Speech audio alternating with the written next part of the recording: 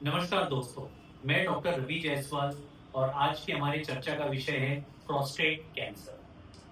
Friends, prostate cancer usually 60-65 years के as के बाद पुरुषों में पाया जाता है।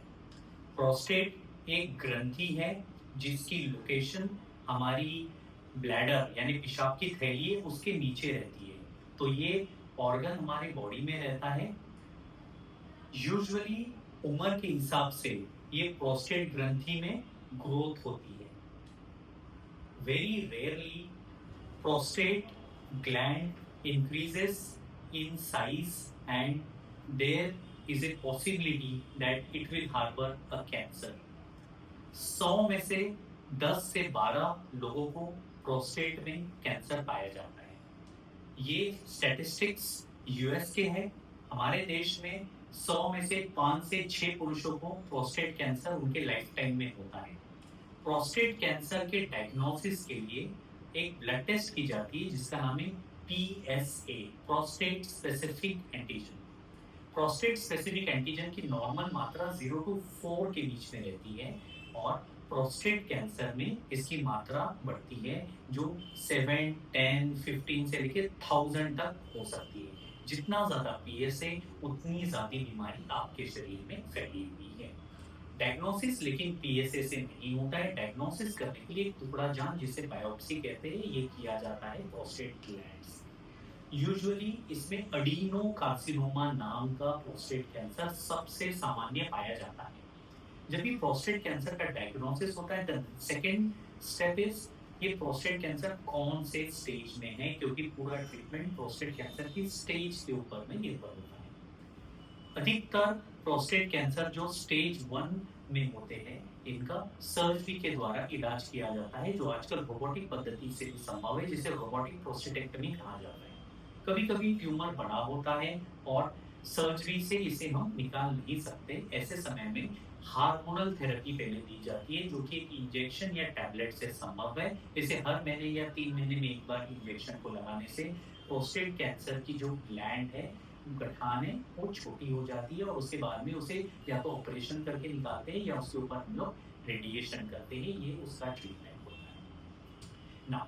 अगर प्रोस्टेट कैंसर स्टेज 4 है यानी वो प्रोस्टेट से निकल के हड्डियों में फैला है, वो प्रोस्टेट से निकल के फेफड़ों में फैला है, लिम्फ नोड में फैला है, अगर ऐसी स्थिति में प्रोस्टेट का कैंसर है तो इसका ट्रीटमेंट सर्जरी या रेडिएशन नहीं होता।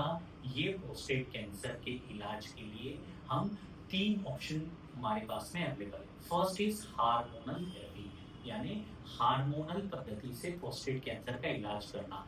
गाड़ी में जैसे पेट्रोल डालने से गाड़ी चलती है, ऐसे ही प्रोस्टेट कैंसर टेस्टोस्टेरोन नाम के हार्मोन के प्रभाव से बढ़ता है। जब हम टेस्टोस्टेरोन के सप्लाई को कट करते हैं तो ये कैंसर फैलना कम हो जाता है और जहां भी कैंसर फैला है वहां से ये ठीक होता है। तो ये हार्मोन सप्लाई को कट करना is a very important form of treatment जो एक इंजेक्शन से संभव है जिसे ल्यूप्रोलाइड या डेगारेलिक्स नाम से जाना जाता है, या फिर एक टैबलेट से संभव है जो हार्मोनल रेलिकोलिक्स टैबलेट है। इसके साथ में अमीराटिरॉन या एंजाइक्लोटामाइन नाम की एंड्रोजन स्पेसिफिक टैबलेट्स मरीज को दी जाती है। कभी कभी ऐसा होता है कि सालों साल मरीज केवल हार्मोनल ट्रीटमेंट पे रहते हैं, उनको और कोई ट्रीटमेंट की आवश्यकता नहीं पड़ती। यदि बीमारी हमारे हड्डियों में ज्यादा है, फेफड़े में ज्यादा है, तो ऐसे समय में कुछ लोगों को हम कीमोथेरेपी शुरू करते हैं जो डोसीटैक्सेल कैपेसिटैक्सेल नाम से आती है। ये कीमोथेरेपी भी प्रोस्टेट कैंसर के उपचार में बहुत कारगर है। पिछले 2-3 साल में एक नई ट्रीटमेंट का चलन हो रहा है प्रोस्टेट कैंसर के इलाज में, पर्टिकुलरली स्टेज 4 प्रोस्टेट कैंसर में। इसे कहा जाता है PSMA डायरेक्टेड थेरेपी। जो प्रोस्टेट कैंसर है ये PSMA को एक्सप्रेस करता है। तो ऐसी दवाई जो PSMA को ब्लॉक करती है वो कैंसर और उसकी फैली हुई साइट्स को पूरी तरह से किल करने में संभव है। तो ये PSMA डायरेक्टेड थेरेपीज आजकल हमारे देश में इसका यूसेज काफी बढ़ चुका है। जब पेशेंट ये सारे स्टैंडर्ड ट्रीटमेंट्स खत्म हो जाते हैं तो कुछ प्रोस्टेट